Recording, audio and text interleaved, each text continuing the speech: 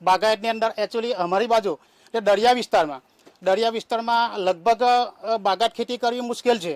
અમારે ત્યાં ક્ષારવાળી જમીન હોવાથી, પાણી મીઠું ના હોવાથી અહીંયા બાગાયત ખેતી થતી નથી।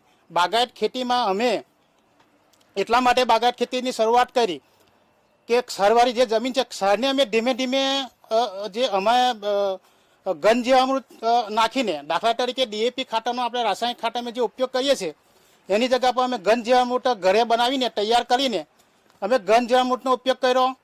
ત્યારબાદ વાવેતર ઉગ્યા પછી, ફસલ ઉગ્યા પછી અમે જીવામૃતનો 1 એકરની અંદર 200 લીટર જીવામૃતનો અમે પિયત સાથે ઉપયોગ કરેલો છે। શંકાવની અંદર શંકા કરવા માટે 15 લીટરના પંપની અંદર 1 લીટર જીવામૃત વાપરી અને અમે ઉપયોગ કર્યો છે। બીજા રાઉન્ડની અંદર જીવામૃતનો ડોઝ થોડો વધારવો પડે એટલે બીજા રાઉન્ડની અંદર અમે 2 લીટર, એક પંપની અંદર 2 લીટર નાખીને અમે ઉપયોગ કર્યો છે।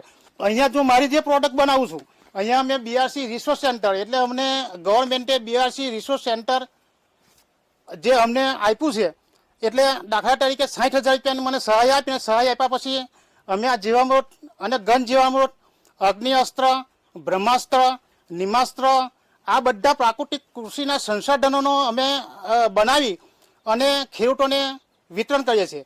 ખેડૂત મિત્રોમાં એવું છે કે જાતે પણ બનાવી શકે છે, પણ ગાયનું ગોબર અને ગૌમૂત્ર હોવું જરૂરી છે।